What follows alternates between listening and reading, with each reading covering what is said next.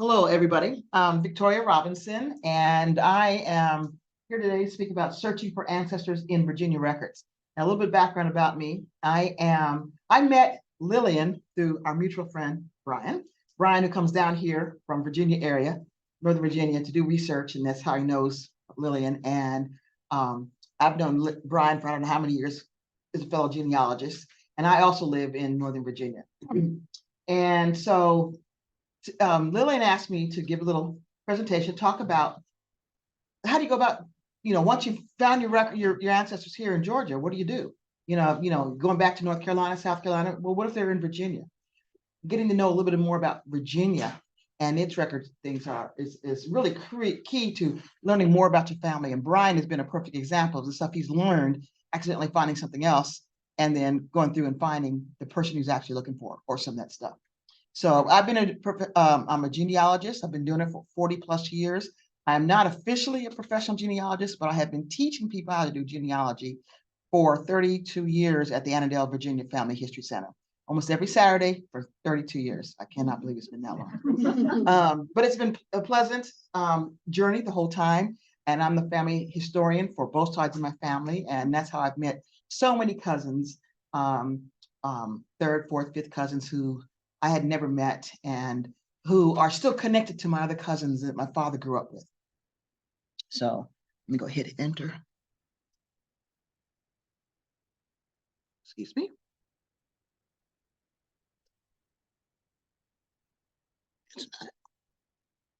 Yeah, okay. So going to start off a little bit to talk about how people got to left Virginia, how they went through the Carolinas and eventually ended up in Georgia. Now, there are so many different ways people could have done that, but we're going to talk a little bit about the basic migration routes that they undertook. And I'm trying to throw in a little known fact that these routes here, this is one route that's being shown here. Okay, and the similar routes, and there are thousands of these routes around the country where people have documented, and they actually have on a database on the web these different kind of migration routes. But these migration routes are what serve the basis as our contemporary highway system today. So recognizing that, when you've driven down Highway 95 or Highway 26 or 16, you're finding out, oh, this is the way that my folks went. And you get a better sense. And I know it feels like a sense of comfort to know that, yeah, they went this way and to get to that way. But there's multiple trails. So I'm going to be talking a little bit about a couple of those. So before they came to Georgia, where'd they come from? I think a lot of you probably who've done a lot of genealogy have probably found your folks in South Carolina, maybe North Carolina. But Georgia had early colonial records. And they had folks who came in literally to the Georgia area as early as the late 1600s, early 1700s. And when people started coming, they started coming down several major routes. And the Virginia, Carolinas, and the Georgia route had like three major roads. The two biggest ones were the Fall Line Road, or what is called the Southern Road. And it was built in 1735. I was surprised it was that far along. It was to move goods and people into the Virginia colony, and then later on down to the Carolinas and into Georgia. And this road ran from Fredericksburg, Virginia to Augusta, Georgia. So when you're thinking about where people might have come from, think about the trails that they may have taken. There may have been other migration trails that kind of intersected along this route that can help you get a sense of, well, they might have come along these different ways. What are the courthouses that are along that way? Learning about which courthouses and which other places to find potential records. It's not going to be an easy chore, we know that, but part of it is the excitement of going in and learning more about this particular county, this particular General Historical Society may have information that's not going to be in the traditional places that we look at. The Upper Road, or the Carolina Road, was built about 5 years later, and it paralleled the Fall Line Road, which also paralleled another road. And that moved folks from Virginia down into Georgia. And it was an alternative road, and it extended all the way to Athens, Georgia, about a century later. And here's a map you can see here. This is where Fredericksburg, Virginia is. This is a big port area right up here. And folks are in here, Charlottesville, and you know, Lexington, people coming and getting into this route and following this road all the way down through the north, what is now North Carolina, through South Carolina, down here, and then here's Augusta. And if you go on the other side, which is the upper road, they call it upper road because here's the upper road, here is the fall line road, which the Piedmont, the land would fall off to either side. Okay, it's almost like the Eastern Continental Divide, but it's not. Very small scale of that. I grew up in Utah, so we know what the Continental Divide really is. And so that one is like right down here. But you can see here the interstates of the roads that this would have followed like all the way down here. That one there is following this right here. And here's Augusta. So eventually you went over to Athens. And so then your folks might have settled and spent some time either in Augusta or in Athens. Eventually there might be records for them there. I know that Brian with an I, found out that his people were in Augusta. And one thing I learned about and learning about these roads is that a lot of timber moved down these lines. Maybe your folks were involved in the timber industry, maybe worked in the industry, or maybe actually owned companies that dealt with, which was a timber company. So there's a lot of things that have happened that can give you some sense of asking yourself the kind of questions to see what kind of potential records that may exist. And of course, here's Athens, but then eventually folks went all the way down into southern Georgia, but there are other migration trails that kind of transverse all over Georgia. So with that in mind, it gives you a better sense of like how I go back and figure out where to start if you don't already know where they were in Virginia. So I'm going to talk a little bit now about Virginia. And Virginia's structure, the political structure is very different than most any state. I mean, it's a commonwealth, first of all. It's not officially a state. I mean, you have a commonwealth, so is Massachusetts, so is Maryland, and you have Louisiana, which has parishes. But the structure in Virginia is unique, I think, to the rest of the United States in terms of how it operates its political jurisdictions. And a little known fact, there are like 95 counties and about 38 are called independent cities in Virginia. More Virginia counties are named for women than in any other state. So yay for the women, right? And I didn't even realize that. I mean, I'm thinking there's Louisa County, okay. So most of the counties are by last name. I don't know who those women are. I didn't even know they were women. I presume they're all men. But I was like surprised to learn that. So Virginia is good for something, right? Yes. Okay. So understanding Virginia's governmental setup and what it means for records and record keeping. You're familiar with, okay, counties. Counties is where your jurisdictions come for, usually for land records, for often for voting, for lots of different kinds of things. And that's at the county level. And some states, some of the larger cities, you'll have their own political jurisdictions in terms of the local police department, things like that. But usually your land, your deeds, and your things are at the county. Go to the county DMV, that kind of stuff to go register to vote, register your vehicle, things like that. But not Virginia. Virginia has independent cities as well as counties. There are 95 counties and 38 independent cities. At one point, it was like 42, 44 independent cities. And independent cities are equivalent counties in such that they share. Now, some of them share or their court systems, like the clerk, the attorney, the sheriff, and commissioner of revenue. They share with their adjacent county, but not all of them. I live in the city of Alexandria. It is truly independent. We have our own police department, our own sheriff. We have our own civil courts. We have our criminal courts. We have the land, the deed, the property records are all in the city of Alexandria's records, in the courthouse for the city of Alexandria. Now, Brian lives in Arlington County. Arlington County is literally a county. There are no independent cities in Arlington County. And so everything is at the county level. Deeds, registration to vote, DMV, all that kind of stuff is at the county level. And so that's one of the things that is going to have an impact on where the records are. And I'll give an example. In 1845, my third great grandfather, Nelson Gant, was manumitted. He was freed along with the other 20 enslaved with that were enslaved with him when his owner died. A year later, he was arrested back in Virginia for trying to steal his wife out of slavery. She was owned by somebody else. And they went and had, he was arrested in Washington. And one thing about Virginia is Virginia had, a portion of Northern Virginia had been ceded to DC, to the district, become part of the district. And so he was arrested, they were arrested in Washington. And then they had a court case that got in Washington where they were arrested. Then that was canceled.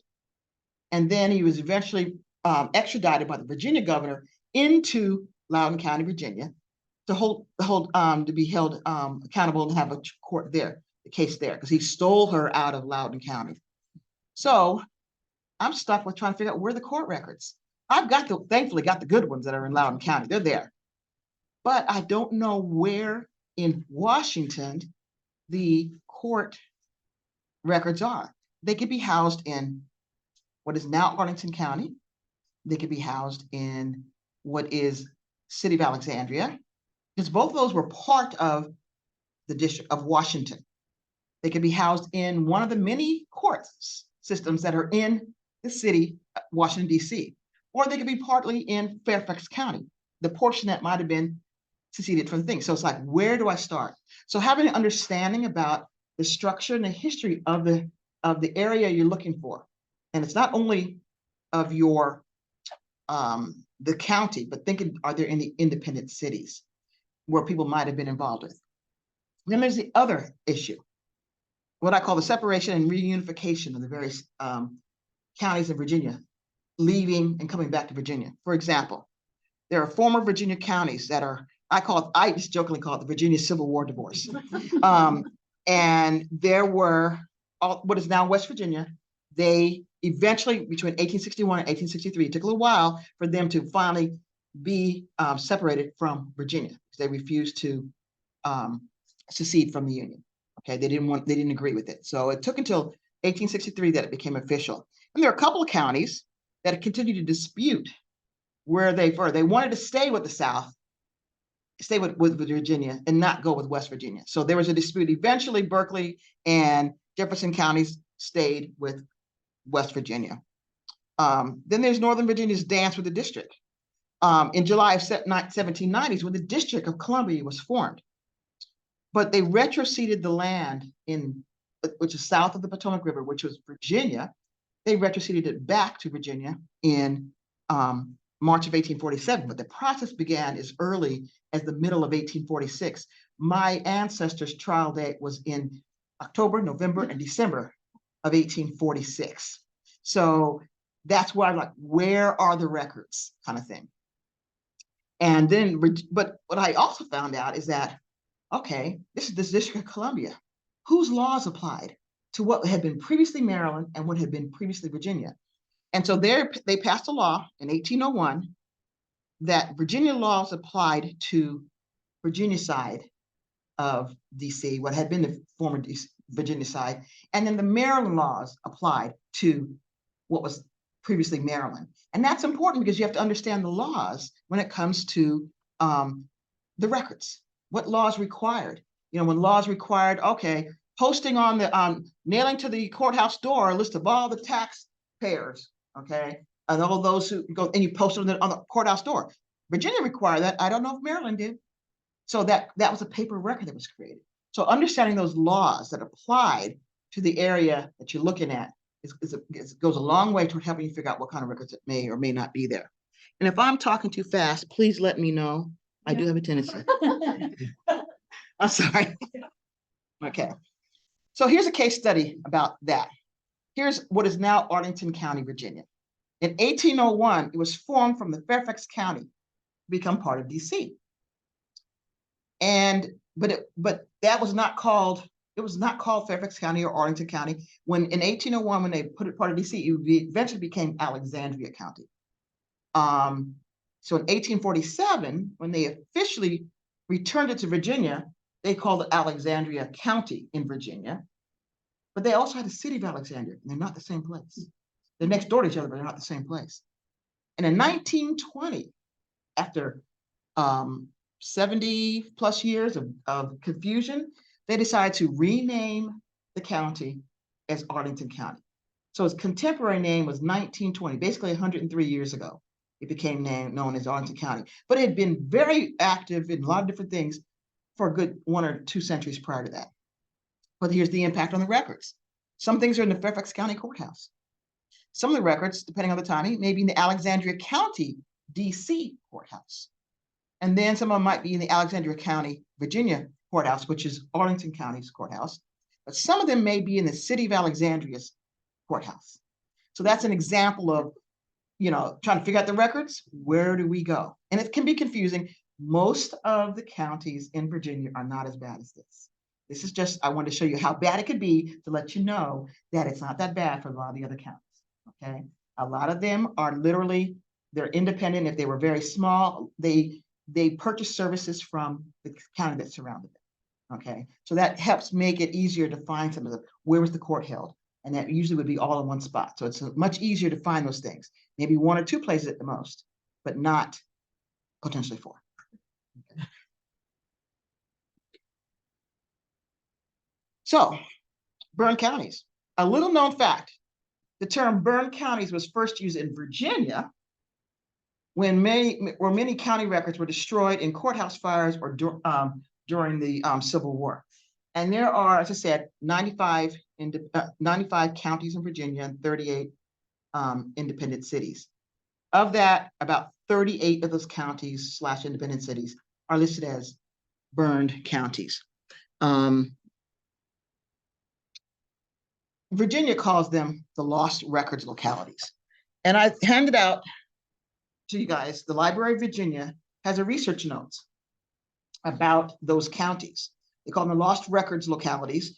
And they recognize that most of these lost records did occur because of military action, courthouse fires, things like that. And as we were driving in today, noticing that somebody was last time we were talking about courthouses and how they are, a lot of them look so similar, pretty much done by the same architect, that kind of stuff, all over the country. The town square, and they're all stone or brick buildings.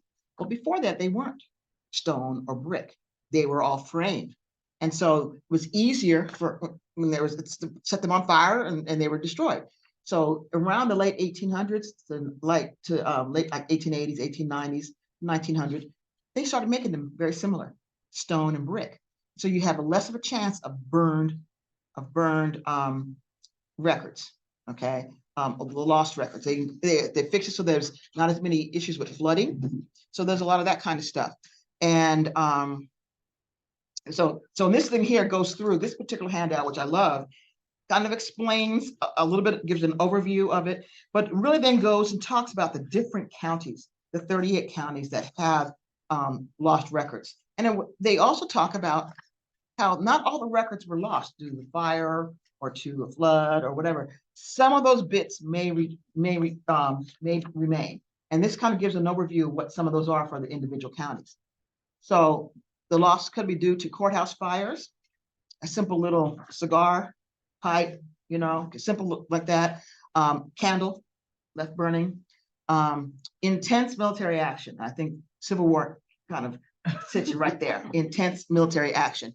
There was intense military action during the Revolutionary War, but not as much and not as broadly spread out. Natural disasters, such as flooding, okay? And in certain states, on the coastal states, you have the flooding, and they've learned to elevate. I know like in Ohio, if you're taking 70 into Ohio, you'll see elevated, driving on 80, you'll see the cemeteries are like the high point of towns because they aren't subject to the floods. They were put there on purpose. And they're starting to do the same thing with courthouses, or if they're going to store stuff offsite, making sure that those are protected, those records. Most of these lost record localities are in the eastern part of the state, which is where most of these events occurred, either with the natural disasters or the Civil War. But again, take a look at this thing to get a sense of what may exist and continue. Let's see. So what do? In your list, you find out that Appomattox County is one of those burned counties. And Appomattox it was only created in 1845. All the records except for land tax books were destroyed by fire on February 1st, 1892. So what are you going to do? Well, so there's some different kinds of strategies you can do. Counties try to recreate certain records.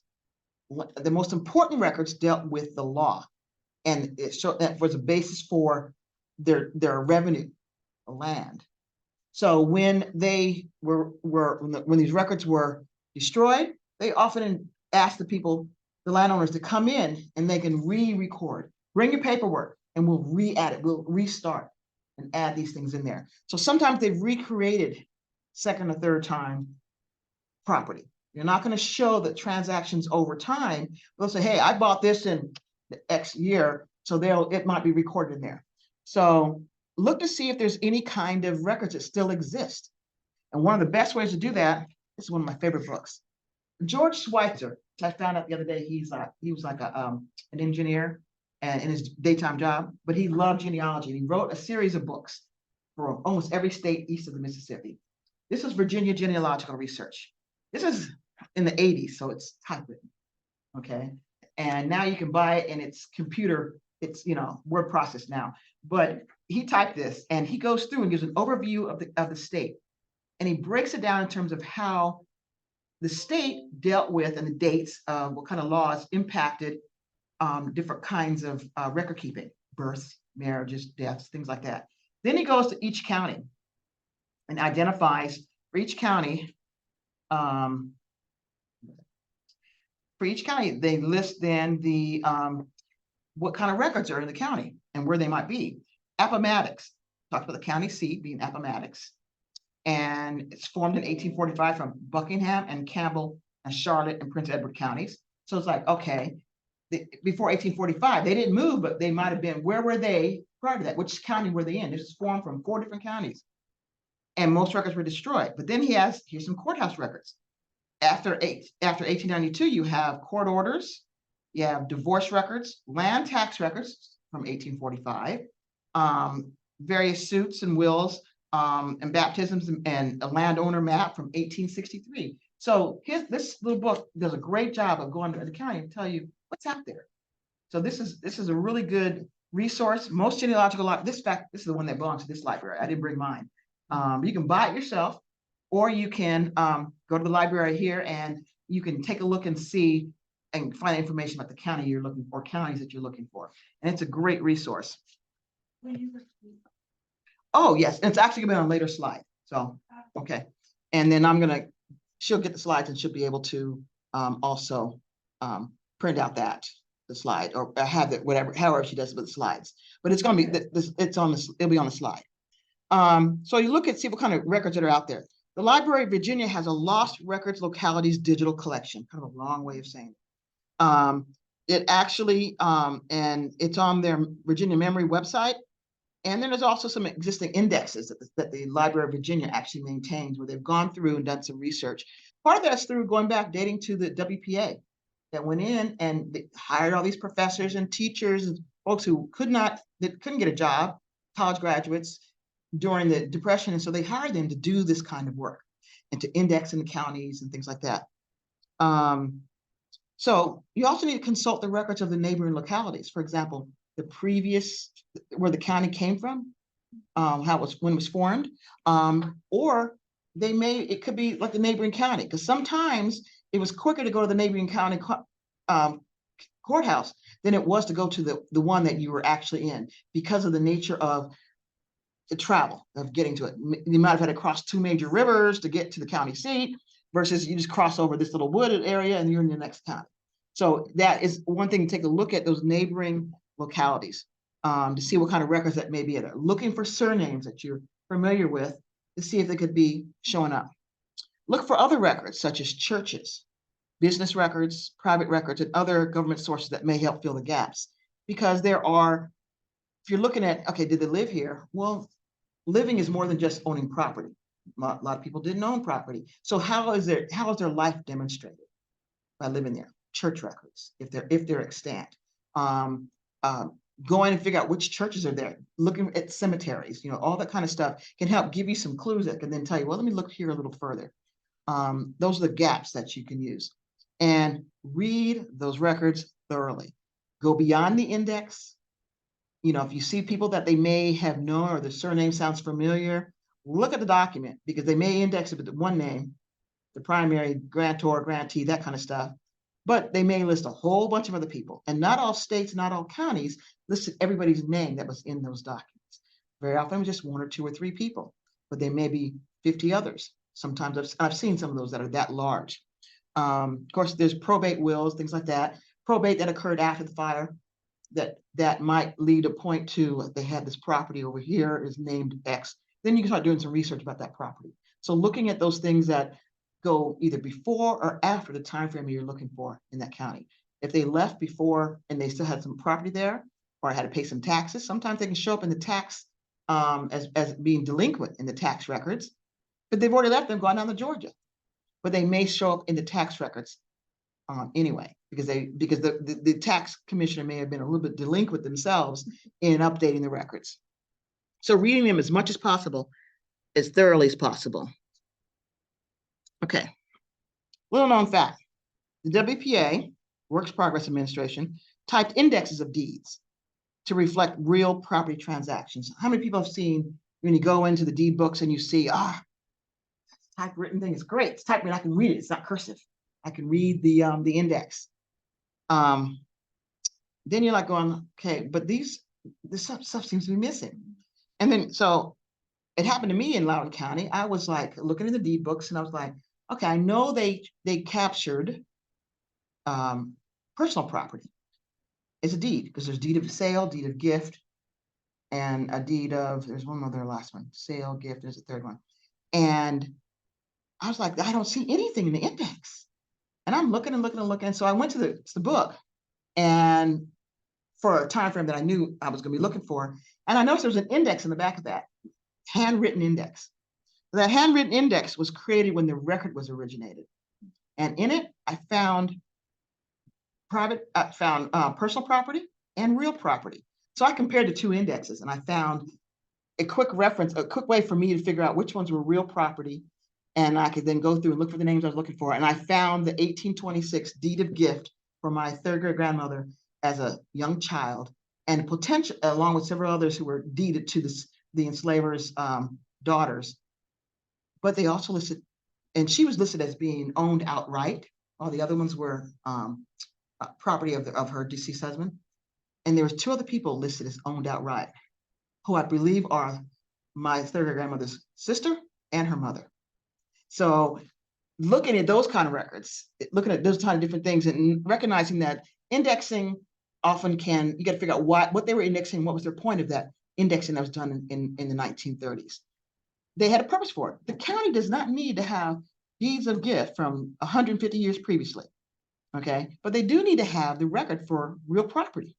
And so they could take a look at that. The same thing with, sometimes counties only have marriage certificates, not births and not deaths. That's because marriages were a contract of law. Births and deaths, they just happened. So that's the reason why they would try to recreate sometimes or record marriages in the county courthouse, but births and deaths were not. Those would be in the church records. And so eventually, like Virginia went ahead and created, required civil registration, if you will, at the court level, at the county level in 1853. And had a couple laws later on to reinstitute it after the Civil War and that kind of stuff. And eventually they made it statewide mandate in 1914, 1913. So understanding how those little indexes, get a sense for them, you can find out there might be a better index for the same set of records. So that's a little known fact there. Okay. So know before you go. You need to understand which laws produced a paper trail. Virginia has lots and lots of laws, like all states. And there's several books of summarizing the different laws and what they produced, what they required courthouses to do. So like tithes and taxes. So who's a tithable? If you were a 16-year-old boy, you were tithable for a period of time. Eventually they raised it to 21, age of majority. Women, unless they were single, were not tithable. Okay. So any children 16 and under. So you take a look at when they have people's names in the list of tithables or in the taxpayers list that gets, sometimes we're just nailed to the courthouse door. That's where that produced a record. Land ownership, they had to track the land so they know where the taxes are coming from. Oh, and Virginia also had lots of other kind of taxes that you had to pay for. In addition to the land, you had to pay for all your slaves. You had to pay a tax on that. You had to pay a tax on your private ownings. The animals, animal beds. You might have had that kind of stuff. There was a lot. It changed over time, but you had to pay taxes, tithes on those things. Courts met once a month over the course of 3 or 4 days, depending on how big the county was. Those are monthly court days. Get into the cycle and finding out what was the court when something happened. When they say the June court in 1845 was like, that was done in like June 9th, 10th, and 11th, something like that. And so getting a sense of those records, and then you can find that same time frame in other types of records in that same set of records. It gets you a sense of when that occurred. Because sometimes you think, this transaction was occurred like the 15th of June. Well, that won't show up in the June court. It'll show up in the July court, if at all, depending on the nature of it. So that's why understanding the monthly court days, voting, when they, who could vote, who could not vote. Women, sadly. But although Utah, in order to get its statehood, they granted women the right to vote, and so they could up their numbers of of the voters, so they can make the minimum to get statehood. So Utah was one of the first that did that. Birth, marriages, and deaths. As I mentioned earlier, for marriages, there was a paper trail. Less so for births and deaths within the court system. Okay. But then eventually they became part of the system. A little known fact from around 1920, the state of Virginia, their public health director, William H. Plecker, the one-drop rule kept on changing. So, it truly was a one-drop rule, if you will, in 1920 when they did a state law saying, if you're one drop of black, you're Negro. You have to be counted like that. And so part of what they did was he required the county's clerks to go back through their the marriage records and indicate who was Negro. Several of the counties refused to do it; they just ignored it. But he brought the sheriffs down on them, and there was a couple counties that all of a sudden marriage records disappeared. A lot of the birth and marriage records disappeared from the county. And researchers found this out, 20 years later, 30 years later, that there are no births, marriage, or deaths in here. And that's because they were gotten rid of because people did not want that race thing to be indicated because it didn't really reflect reality. And in fact, for the 1790 census, if you had a surname that matched one of the, and the same locale that matched one of the free Negroes in the 1790 census, everybody after that was considered Negro. And oh yeah, they did that kind of stuff, and it was a very interesting time. And that's when because you had the anti-miscegenation laws, that kind of stuff going on. And so then you need to learn about the area of interest that's help you ensure. Like I said, learn about the area you're trying to go into. Learn about its history, how it was formed as a county. Does it have any independent cities in it or next door to it? It's going to help you get to the right repository, whether it's a local one or regional one or a state repository. It also helps you to search the right specialized collections like maps and books and photos. Do you go to the library? Do you go to the county courthouse? Do you go to the local historical and genealogical society? Find out what they have. That'll save so much time rather than feeling frustrated after you go into the fourth county and you realize that the very first one you went to was actually the right one, but you didn't check a special collection there while you're there. So learn about those areas of interest a little bit more. Okay, resources. There are a lot of good resources online. So before you go, a lot of good resources. The Library of Virginia, which is the largest collection of Virginia materials. Of course, it should be. If it wasn't the largest collection, something's wrong. And the website is on there, Library of Virginia. Virginia Memory is a subset of the Library of Virginia catalog. And it also has access to You can search through that as well, Virginia memory. And I don't really have all the details about the subset of it, but it gives you a different way of going in, because the search function works a little differently. So sometimes you can try searching a little differently and you might stumble upon what you need. Virginia used to be Virginia and what is now West Virginia. So don't forget the West Virginia Archives and History. They have an excellent website. They have online records. They have databases, indexes where you can search like birth, marriage, and death, just like Virginia. So it's a really good website. People think, oh, it's West Virginia. It's West Virginia, but they have a really good website, which surprised me when I went to it one time years ago. There's something I've never seen before, which is Archival Resources of the Virginias. It's a database or an index of various finding aids. Now, the key thing to remember on that is that this is a index of what's in the finding aid, not of data sets. But it's a good way to try to find some stuff that it's not going to be in the LVA, not going to be in the Library of Virginia. It might be in William and Mary College. It might be someplace else. And so that is a really good resource to take a look at and see. You can't find people generically in a regular research search. That might give you some information about families and family names and like that might be listed in collections that are at a different public in a state library or a university library and stuff. Historical American trails, roads, and migration routes.